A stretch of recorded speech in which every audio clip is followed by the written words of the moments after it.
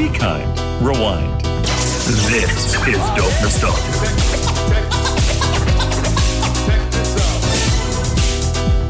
This episode of Dope Nostalgia is extremely exciting for me. Hi, I'm Naomi. I'm your host, and this is episode 88 of Dope Nostalgia.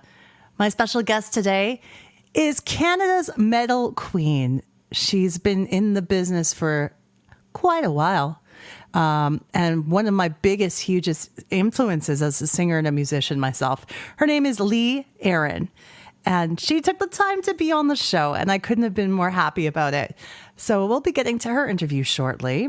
Before we go there, let's start with giving you some background on her history and get to know Lee Aaron a little better.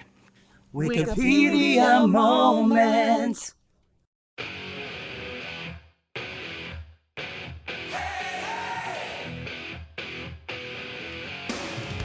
Lee Aaron was born as Karen Lynn Greening in Belleville, Ontario, and began singing in school musicals at the age of 5.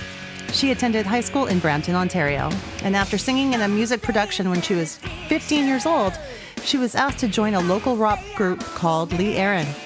She sang, played alto saxophone and keyboards in this first incarnation of the band and took on the stage name of Lee Aaron.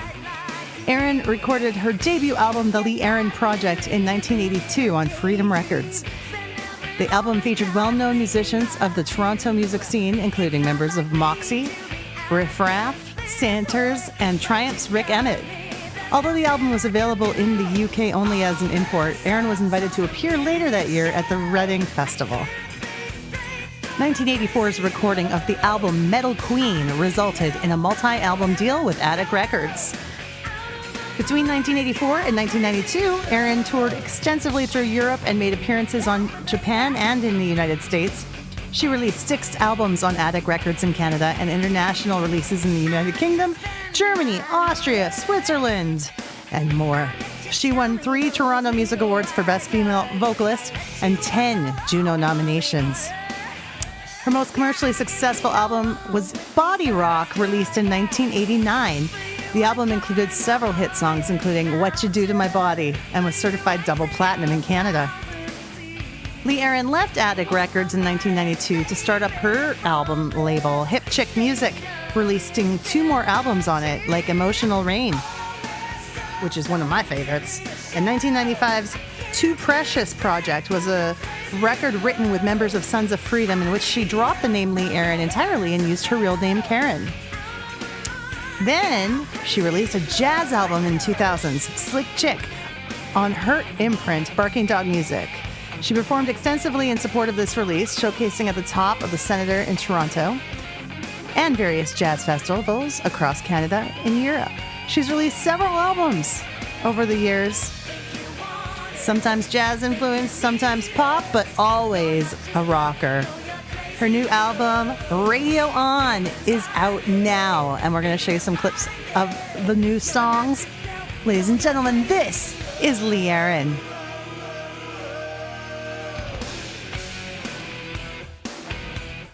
There you go. Here we are. Hey, right. Finally connected. Welcome to Dope Nostalgia. We're a show that talks a lot about what happened in the 90s in people's careers and what they're doing now. I've had the pleasure of seeing you live many times, meeting you a few times too. And it's so nice to have this chat with you.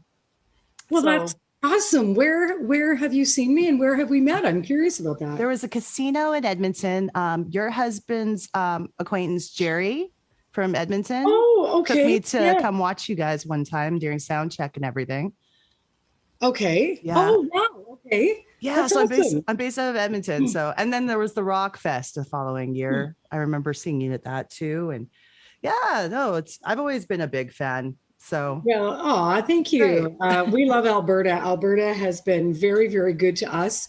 We always seem to be able to come back to the 2 major cities, Calgary and Edmonton, and perform. And there just seems to be a never-ending supply of love and support for our band, which is amazing. Yeah. Isn't that wonderful? And then the other thing that's really cool too now, when you tour, you were telling me at the time that it's a lot easier nowadays than it used to be, because now you don't have to slog across the country. It's more like you can get where you're going and just get on a plane and play.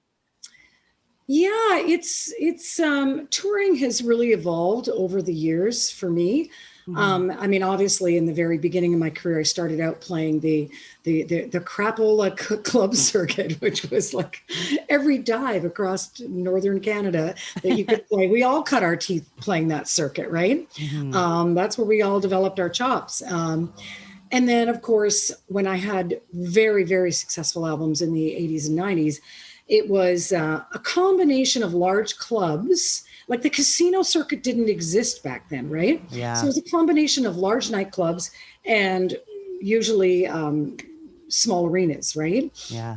So I did that. And that was a bit of a slog. It was the arena shows were kind of the anchor dates that paid the bills. And then we did a lot of secondary markets, which were their larger nightclubs. But now there's this whole circuit. I mean, it's kind of like getting in bed with the devil and loving him at the same time. But these gaming, boards that are all across Canada now, and this whole casino circuit that has arisen.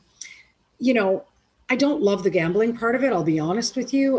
It's kind of a blessing and a curse. But these showrooms that they've built that are attached to a lot of these casinos, there's a deal again that you've made with the devil where these casino gaming commissions have to give back to the arts community within their local communities. Okay. And so they have these great budgets and these state-of-the-art showrooms for bands to play. So now if I want to go to Alberta, I don't have to do a ton of little clubs. I can go do, 3 or 4 of these big showrooms in various major cities and that hold anywhere from 600 to 2,000 people. And you can, rather than playing smaller venues, right? And so it's been great. We fly in, we have our back line and do these shows. So it's a good thing. Right? I never knew about the whole giving back that they had to do for the community. And I think that's great because the arts sorely needs it across Canada.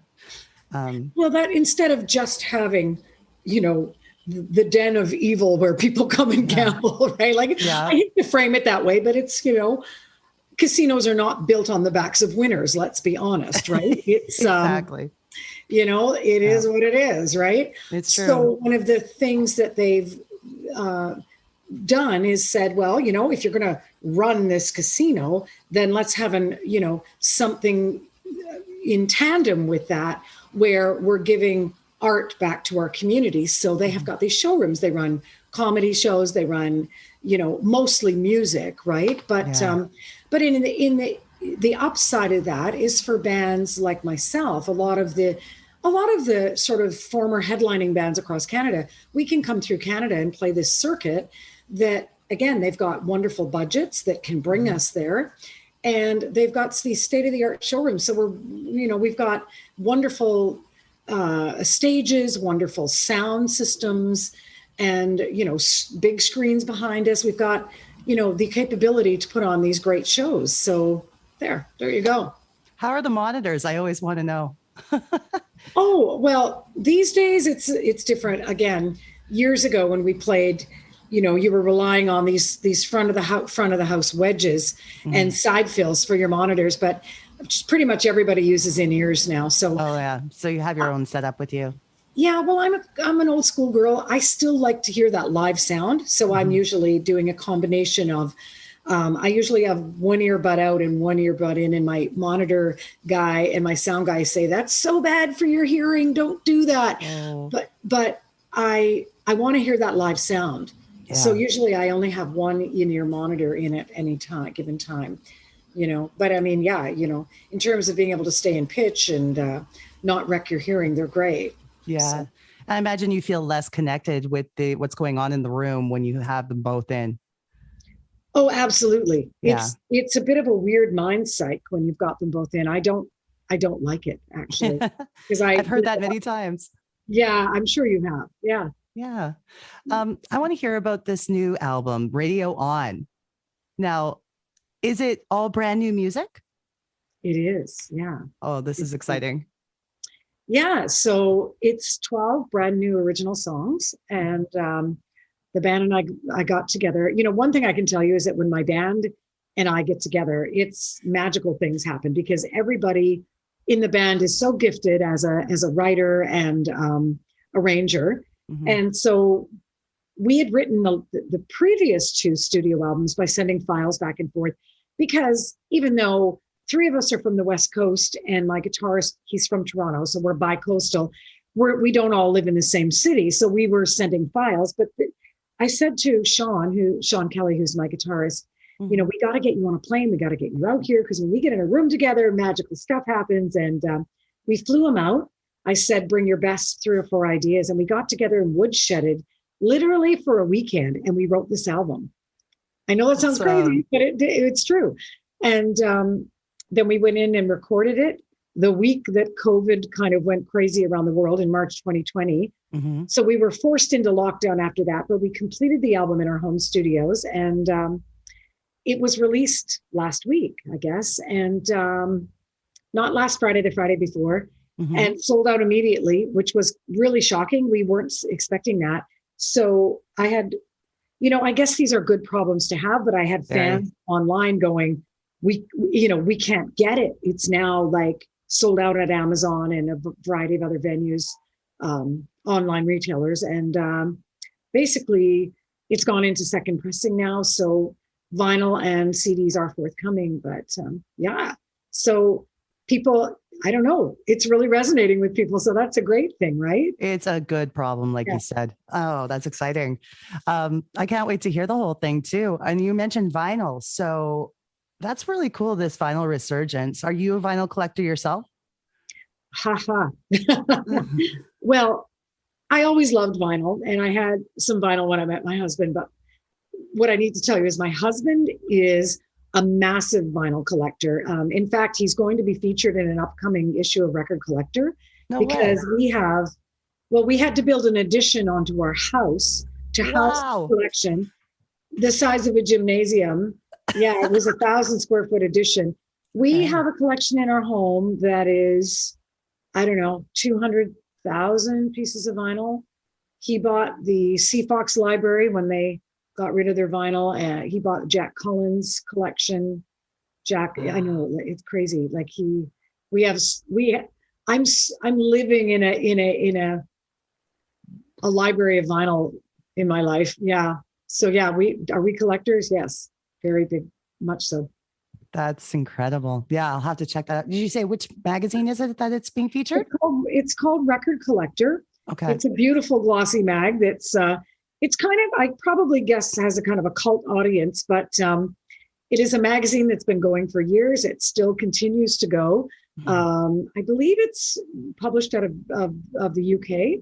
Okay. It's called Record Collector. Just look it up, Record Collector magazine. And yeah, my husband is going to be, they feature people that have pretty big collections monthly around the world, and just ask them questions about their collections, their favorites and things like that, rarities and things that they have.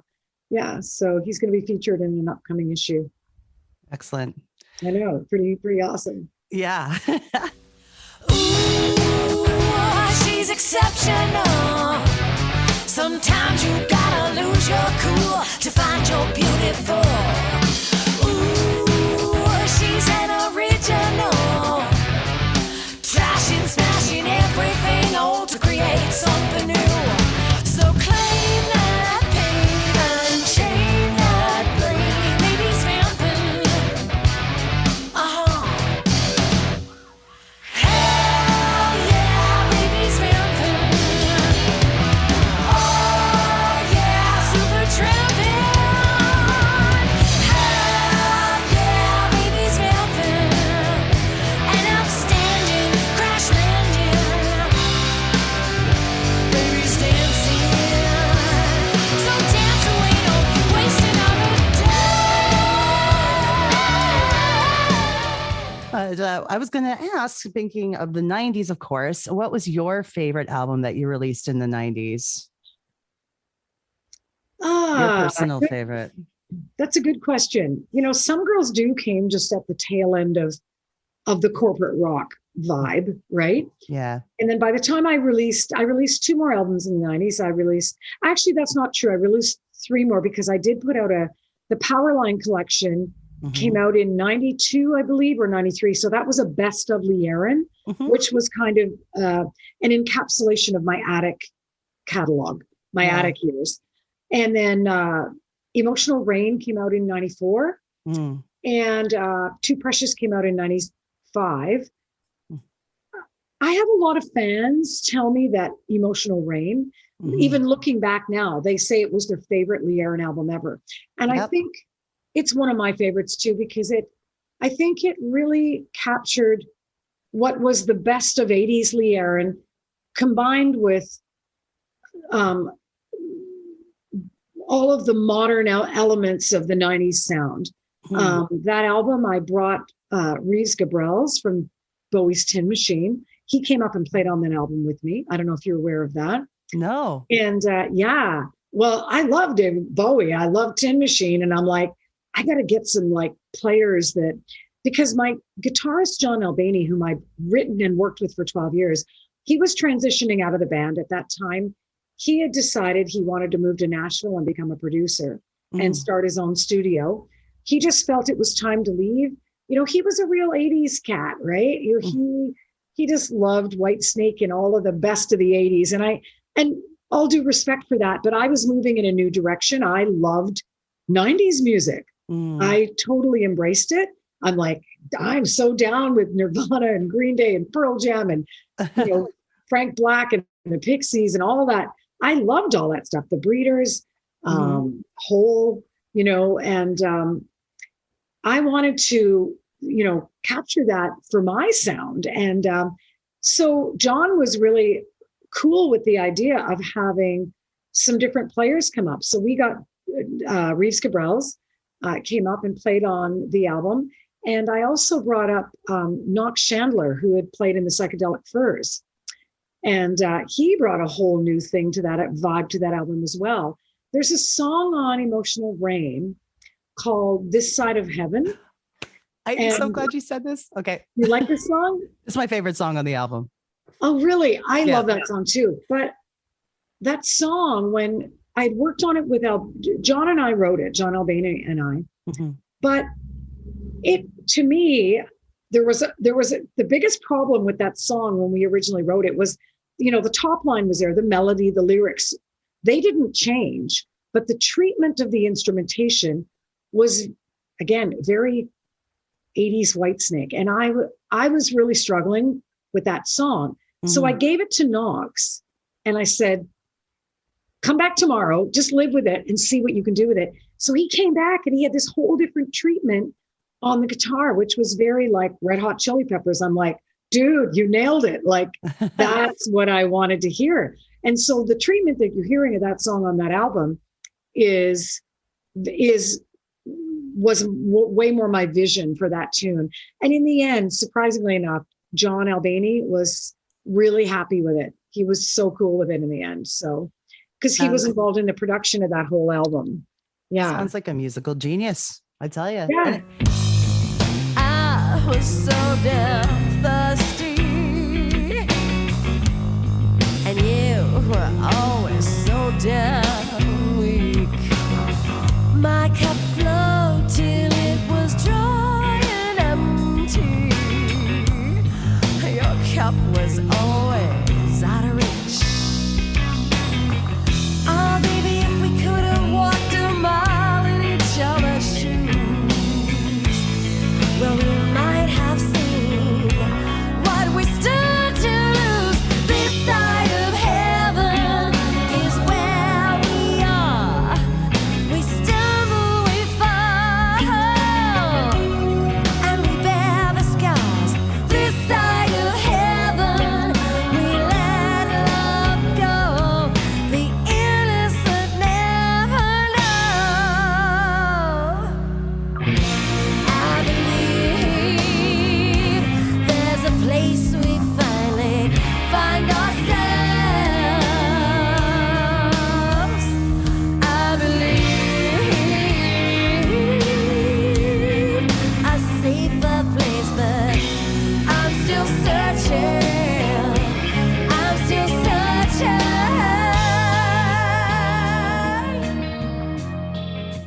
And the cool thing about songs is that just the smallest details can completely change the mood, the day, like everything about the same melody and lyric, you know? That's incredible. Absolutely. Absolutely. And that's one of the things, like, because I've produced my last 6 albums, one of the things that I really pay close attention to is, you know, I'm a believer in, like, that less is more than more. Like, you know, you want to have bigger sounding guitars, record 2 fat guitar tracks and pan them left and right.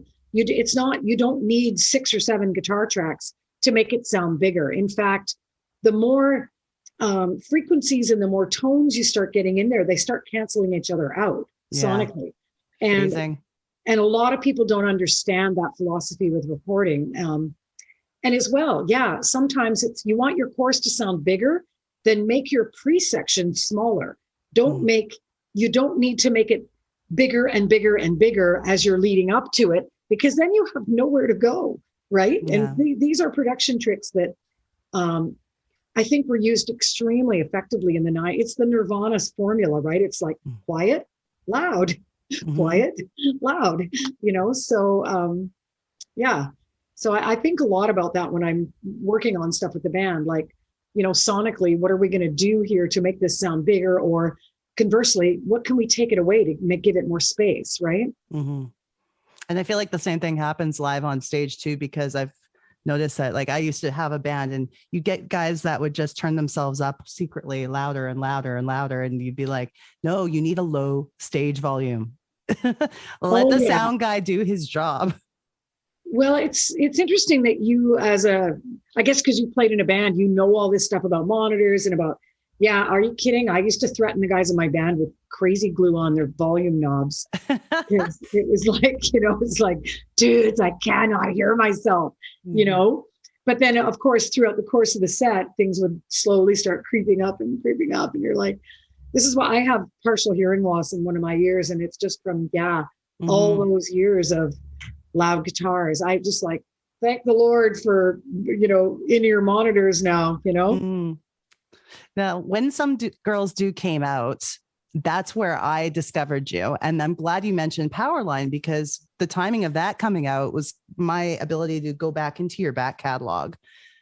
And so I know, like, we're going to be telling people all about where your career started and whatnot leading into the interview. But like, you had a lot going on from the 80s on. So it's nice to focus on what's coming up, especially because there was a time in your career, I know, where you also recorded with the Sons of Freedom.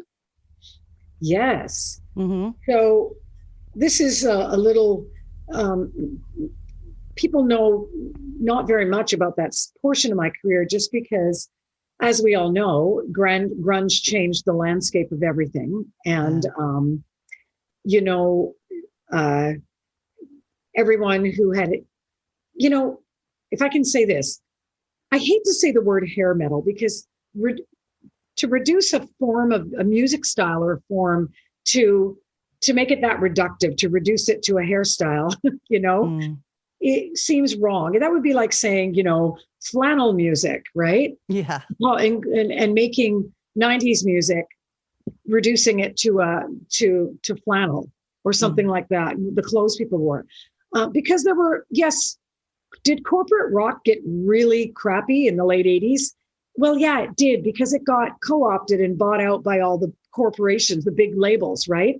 Who thought it was just a style that they could emulate by finding songs, finding producers, and finding pretty girls to sing it, or conversely, cute guys with big hair, right? Yeah. That's why it got crappy. But there were a lot of bands who started out making music. Like, I was a teenager when I was singing this stuff in the early 80s, right? And I was in a rock band since the time I was 15. I loved Led Zeppelin and Deep Purple and all of those blues rock bands that started out organically and authentically making this music. And so I didn't come from that place. I came from a very organic and authentic place. Does that make sense? So yes. When the 90s happened, it was like, well, I'm not with those guys. They can't reduce me to that. So it was very shocking for me to be, to go, oh, I have just been lumped into that form of music by the media. And I couldn't get arrested in the 90s. None of us could. It was really hard. Mhm. So I had nothing to lose when I did that album with Sons of Freedom. I'm like, The Emotional Rain, even though, again, in hindsight now, people say it's one of my best albums, and Mhm. people say they love it sometimes the most. I had nothing to lose at that point because I knew that no matter what I did going forward, it was going to be a struggle. So I just sold everything. I sold everything I owned. I took my guitar and my car and a suitcase and I drove out to the West Coast and I moved out there and I'm like, okay, guys, let's write a record, because Wow. those guys loved working with me because I had the rhythm section, obviously, on Emotional Rain. And I wrote a whole album with that band. And I think that album is, one of my best artistic accomplishments, even though commercially it wasn't that successful, because just simply virtue of the fact that my name was attached to it, it was really hard, but I loved making that record. It's out of print and very hard to find now. I have a few isolated copies at my house, but moving forward into 2022, one of the things that I am looking at doing, partnering with Unidisc, who owns part of my back catalog, is doing another Lee Yarn Ultimate collection and allowing those songs to have a little showcase on that Ultimate collection so they can see the light of day again, hopefully. Oh, that's a fantastic idea. I would love that.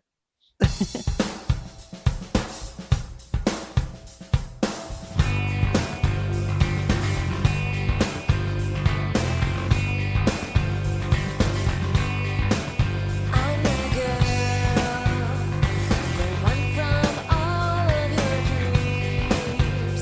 I rule my inside world. No one can touch me. I pretend, letting the telephone ring. I need for you to believe my life is quite complete.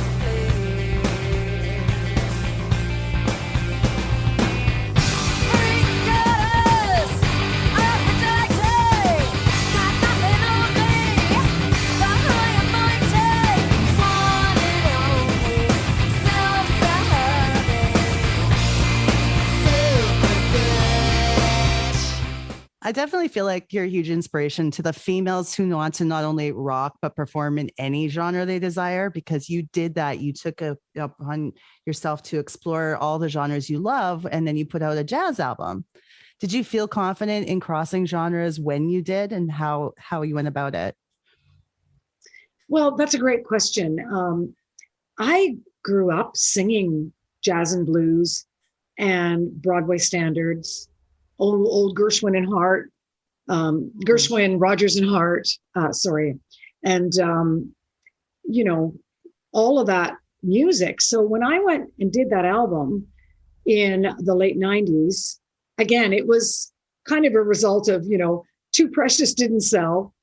The guys in that band weren't sure what they were going to, they're like, we're going to go get day jobs because we can't make a living doing this right now. The 90s were tough for a lot of rock artists like myself. And I had, a lot of people don't know this story as well, but I had borrowed at that point in time, and or self-financed up close to $500,000 between the Emotional Rain album and the Too Precious album.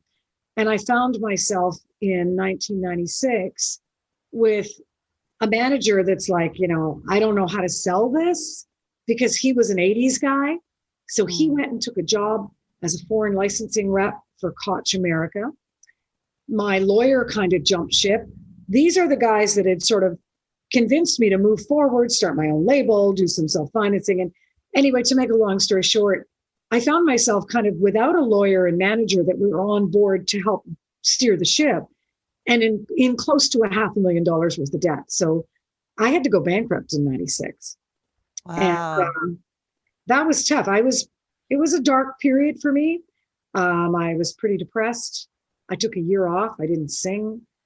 And I took a lot of comfort and solace in playing all my old Billie Holiday albums and Nina Simone records and all of this jazz music that I kind of secretly loved, because you're not advertising that fact when you were an 80s rocker, because a lot of people in the rock camp didn't really understand that these were the roots of rock and roll. This is where it came from, right? Mm-hmm. What do you think Jimi Hendrix was listening to before he plugged his guitar in and turned it up to 11? He was listening to old Muddy Waters and Howlin' Wolf, right? Yeah. Chuck Berry. And so when I did that music, number one, I had no desire to get back on the pop culture bandwagon again. So I just wanted to do something that I loved and something that was completely different. So my motivation was 100% authentic. And I sure wasn't doing it to make money, because there is no money in jazz. It was just an artistic diversion. And I took a lot of comfort in that. I wasn't really expecting it to be successful, but as soon as I started singing jazz and blues around some small nightclubs in the Vancouver area, suddenly the Sun was there, the Star, all these big papers, they were reviewing it. I was getting all these great reviews and a lot of media attention. And it just kind of snowballed. And the next thing you knew, by the late 90s, I was being invited to play jazz festivals all across Canada. And people were like, you need to make her an album. And I was like, okay. So I didn't have a lot of money back then. So I got Pro Tools and a interface, and I made a home setup and pretty much recorded most of the not Too Precious, but the Slick Chick album by myself, and produced it myself. And not really expecting it to be that successful, but it ended up being quite moderately successful. I got a distributor out of Montreal that picked it up and then convinced me to do the Beautiful Things album again in 2004. So that was another extension of that phase of my career. Ask me if I'd like to go around the world with you. If we could leave tomorrow, baby, you know I'd love to. Ask me if I'd like to spend a day in the jungle with you. As long as we're together, boy, baby, you know I'd love to. I'd love to quit my job, dress like a slob, run naked in the rain. Color my hair maybe green if I dare. As long as I'm with you, anything's game. Nothing's taboo where you are concerned. Nothing is so tried and true. Cause when it comes to being in love, baby, with you I'd love to. After these messages, we'll be right back.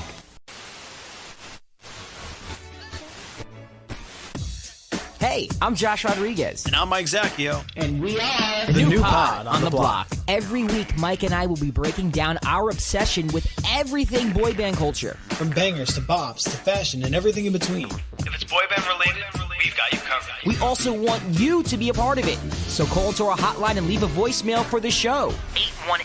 818-308-4084. Be sure to subscribe, give us 5 stars, and leave us a review. Follow me at Mike_Zacchio. And I'm Josh Rodriguez at Josh_Rodriguez_. You can follow New Pod on the Block on Instagram at New Pod on the Block. New Pod on the Block. Every week on your favorite podcast platform. We're going to dance and have some fun. Hey friends, you know what I really love doing is podcasting. It's so much fun, and I've been so lucky because I've talked to amazing people so far doing this show. And I'm trying to bring you guys the very best content I can. Now, in doing that, it does get kind of expensive, and I'm on a little bit of a budget to do so. But there's a way you guys can help out, and it's called Patreon. If you visit our Patreon page, you can subscribe to our podcast and get all kinds of ultimate perks just for subscribers. There's different tiered levels, so you can join for only $1 a month if you like. What's in it for you? Bonus content. We'll give you a shout out on the show. We're going to be recording all kinds of super secret stuff just for our Patreon subscribers. And in doing that, in subscribing, you're going to help us pay the bills. Help me pay my phone bill when I'm calling people far away for an interview. Help us pay for our licensing fees so we can play you awesome music clips and so much more to help keep this boat afloat. Join our Patreon at patreon.com/dope nostalgia. Pizza Hut, making it great. Mention Pizza Hut buffet to your family and watch them come running. It's all the pizza, pasta, and salad you can eat. Just $3.99 for adults and $1.99 for kids, who tend to get hungry too. So when your appetite says buffet and your budget says bargain, Pizza Hut's got all you can eat. Call your hometown Pizza Hut restaurant for Sunday buffet serving hours. $3.99 for adults and $1.99 for kids. Pizza Hut, making it great. Yeah, no, I think, and that's probably where the catalyst was for you to start producing your own music at that point then too, wasn't it? Having that studio set up? Oh, the impetus originally was lack of money. You know, I was like, I don't have thousands and thousands of dollars to go in to a big studio and watch that clock ticking, right? Because when you're limited by the clock ticking in a studio, you know, well, it's limiting that, you know, that, you know, let's be honest.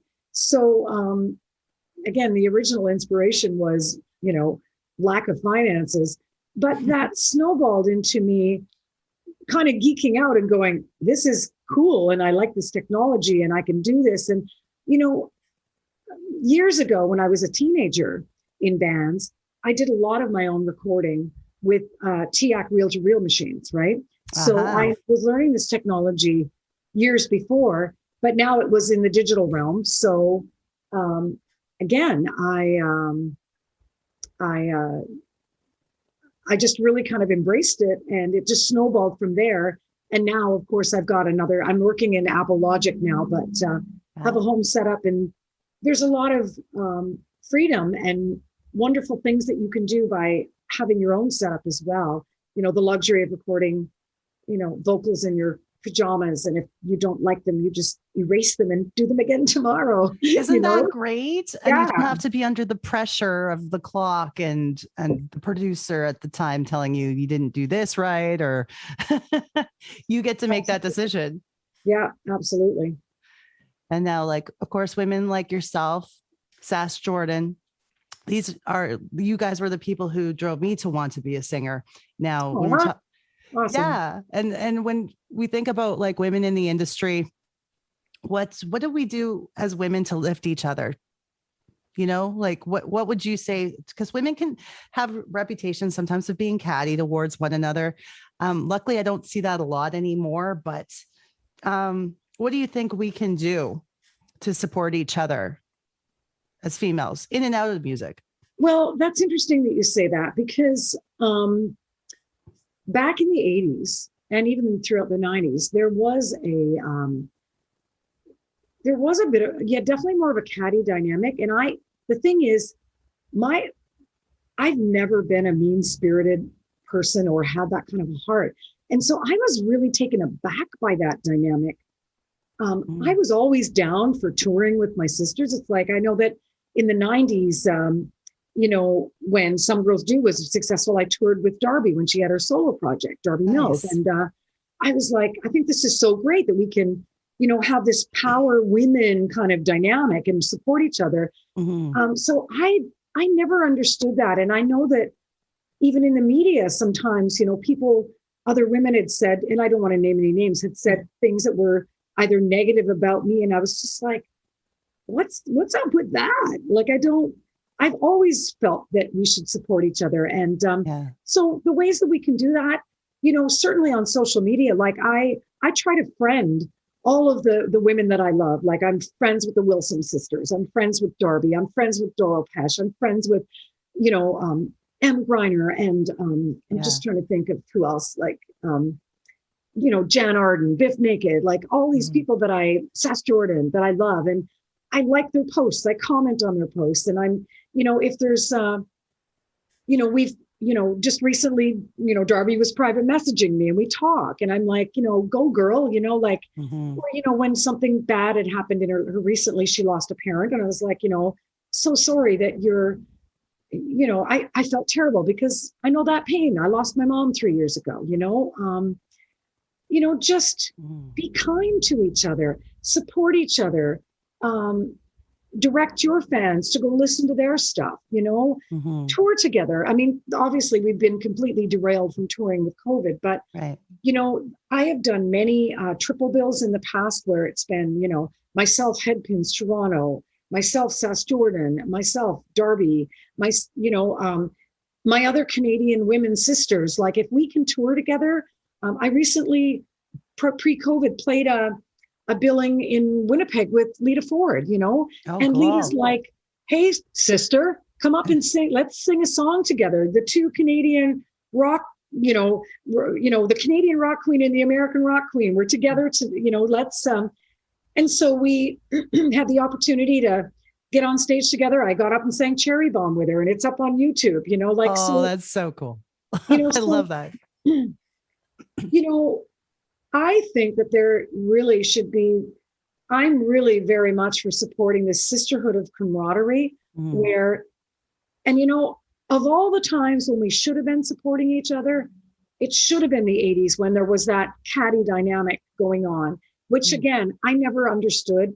I wrote the song Metal Queen because women were so, marketed in such a sexual manner. We had to fight so hard for artistic respect. I was on Some Girls Do, and people a lot of the media, they were like, they didn't even understand that I wrote my own songs. Really? Because there was that dynamic in the 80s where record company was here's a pretty girl that can sing, and we can dress her like this, and we'll find her some songs, and we'll put her with this big producer, and we'll create this marketable commodity, right? For me, the song Metal Queen, that was all about women need to take back our power. We need to take it back. We can command this stage and command this genre of rock and roll just as good as the men can. And they need to know that. And because to some degree, women were treated like a novelty, especially in the field of rock. And that's what that song was about for me. And a beautiful thing is Unidisc just re-released it on Record Store Day this year on pink vinyl. Like hot pink vinyl. I couldn't think of a more feminist message than that. Wow. And so I wrote Metal Queen for my rock and roll sisters. That's what that song was about. But it got lost in the 80s marketing of it's like it's sandwiched in between, and I've spoken about this before, Wasp, the band Wasp. I mean, I know Blackie Lawless has since apologized for this, but they were like, these guys had a topless woman chained up on stage with a bag over her head, and they were setting her on fire. Did you know this? No. It's crazy. And it's like, that's not okay, guys, So, but that's the kind of marketing we were battling against in the 80s, right? Yeah. That kind of treatment of women. I know. Am I telling you something shocking? It's very, yes. I'm glad you did, but I was like, that threw me off. Yeah, she wants to be part of it. But I remember when you're saying that too, watching the Some Girls Do video, and I felt that empowerment from watching the video that you were in control of what was going on. And even the lyrics and everything told me that this is pretty inspiring because you can be a really cool lady in power of your life and your love and everything. And that's the message I got from it. Well, thank you. That's exactly, I have a bit of a history of writing empowerment songs on every single album I've done. It's my thing. The latest being the song Vampin', which is this one of the singles from Radio On, which is all about falling off the tracks, but then getting yourself back up, dusting yourself off like a phoenix rising from the ashes and getting your groove back. Nice. That's what that song is about. And Some Girls Do. Some Girls Do was about busting sexual stereotypes, breaking down sexual stereotypes. It's like, no, I don't have to be a man to wear the pants if I want to. That's that. And I'm sure if that message translated to you as a young woman, that's all I ever wanted, Yeah. I'm glad that message got across. So it worked. Yeah.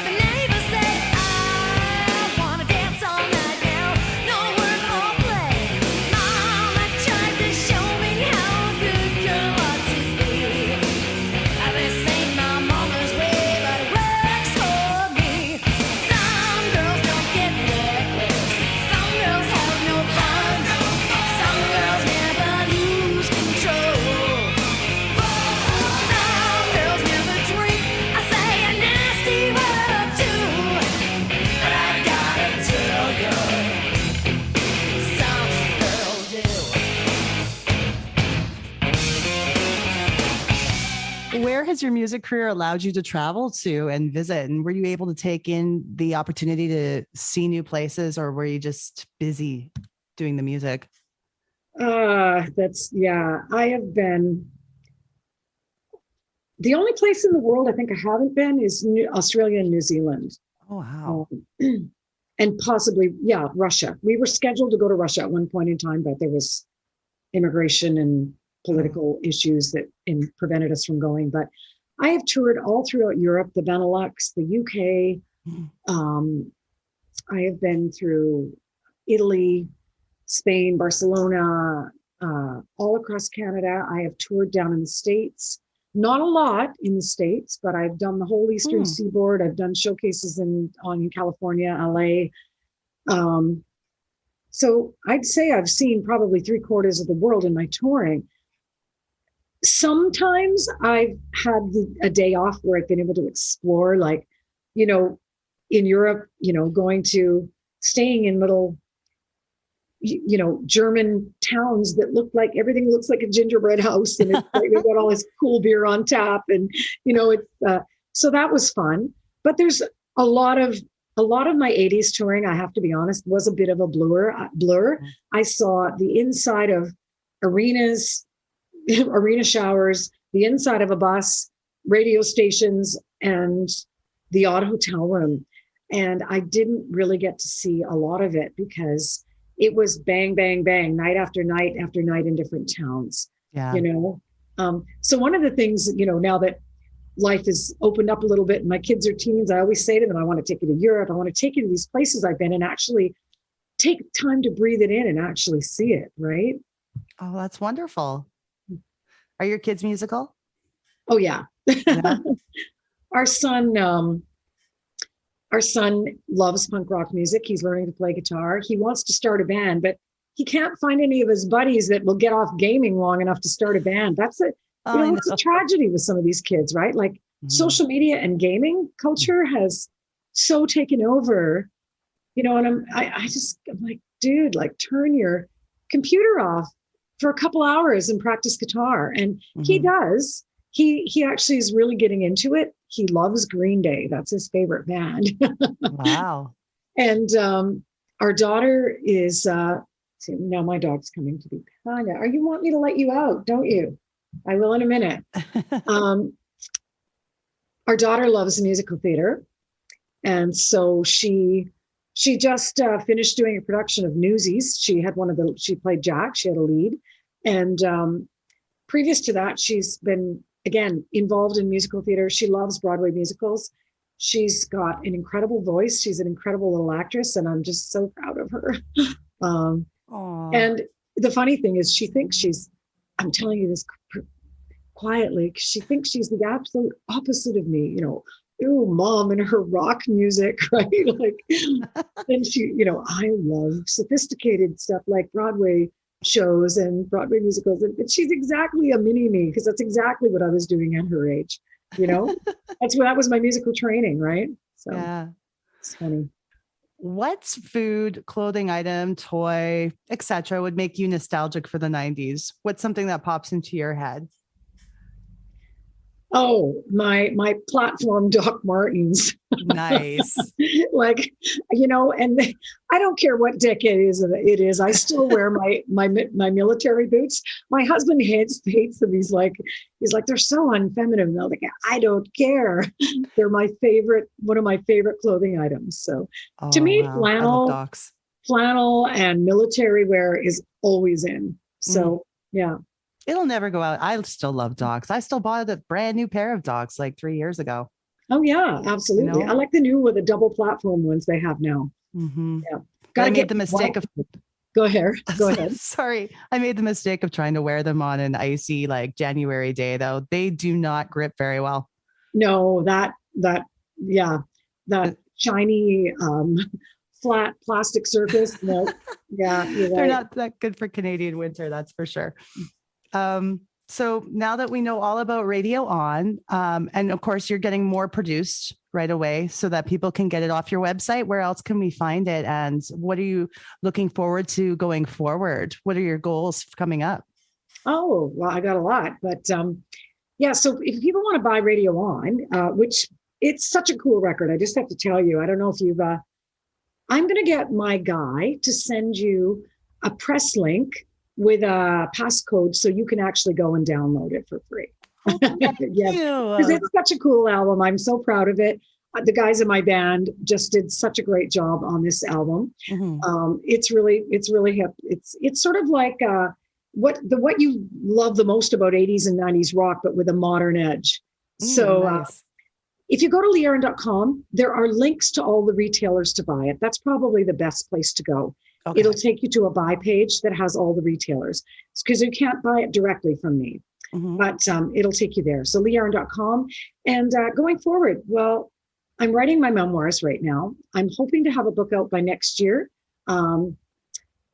It's all about, it's not just my rock and roll stories. It is some of that, but it's a lot about my childhood and the experiences in my life that kind of informed who I became and why I became an artist. Right? Fantastic. I became a girl that wanted to play rock and roll, that had some angry things to say, you know? So I'm working on that. You know, if you go to my Instagram, every Tuesday, I have a little thing called Ask Lee. You can send your questions to asklee@leearon.com. And every Tuesday, during COVID, especially, I've been trying to connect with my fans that way and give them a shout out and answer their questions, because it's been tough not being able to tour, right? And go out and do live shows. I've got that going on continually. So you can check my socials. There's Lee Aron Music on Facebook. And coming up as well, I have a couple shows. Did you say you're in Calgary? Edmonton. Okay, I'm in Calgary on October 30th at the Deerfoot Casino. The Chrome showroom there. We're playing a Halloween show. It's going to be fun. Sweet. Although I think it's I don't know if it's mask up or no masks. I'm not sure. It's Halloween. We'll have to see what happens. That is true. It is Halloween. So that's coming up. And this coming month, I know it sounds crazy, but I'm going in the studio. I'm starting pre-production on the 18th of, we're doing a quickie day of pre-production on the 19th of August. I'm going into the studio here in Vancouver with Mike Fraser, the illustrious Mike Fraser of AC/DC fame. That's probably the most notable band he's done recently. Wonderful, talented gentleman, because the band and I, during COVID, have written a whole other new album. So I know. You took advantage of this time to be creative, and I love that. Well, Radio On was finished in November of last year. And it took that long to secure a record deal, to manufacture, to do the artwork, to get distribution. So it's coming out now, but it was finished for us last year, right? So between January and now, what else are we going to do? It's just been I'm constantly writing ideas down and being creative. So are the guys in the band. So we're bouncing ideas back and forth. And we have an album written. So we're going to go and record this month as well. Good. Which is crazy, but fun. I'm excited. Good. You're ahead of the game. Yeah. I'm so happy to hear that. And I'm so happy you spent this time with me today. It was an honor to speak with you. And then next time you're in Edmonton, which I'm sure is going to happen sooner than later, then I'll come out and see you. That'd be awesome. Yeah, I'm sure we'll be there very soon. So, all right. You have a wonderful day. And thanks again. Awesome, Naomi. It was great talking to you. You too. Take care. Take care. Bye. Bye.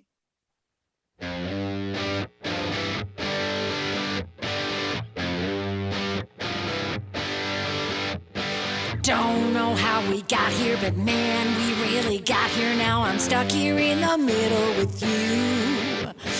Elevator up, down, kicking to the last round, doing what we all gotta do. You gotta rock, you gotta roll, you gotta feed the fire inside of your soul. Time's on the one side, might as well enjoy the ride, 'cause one fine day we all gotta go. If you gotta go, baby, don't go alone. I wanna die with the radio on. Bye-bye so long, send me up with a song. I wanna die with the radio, die with the radio on.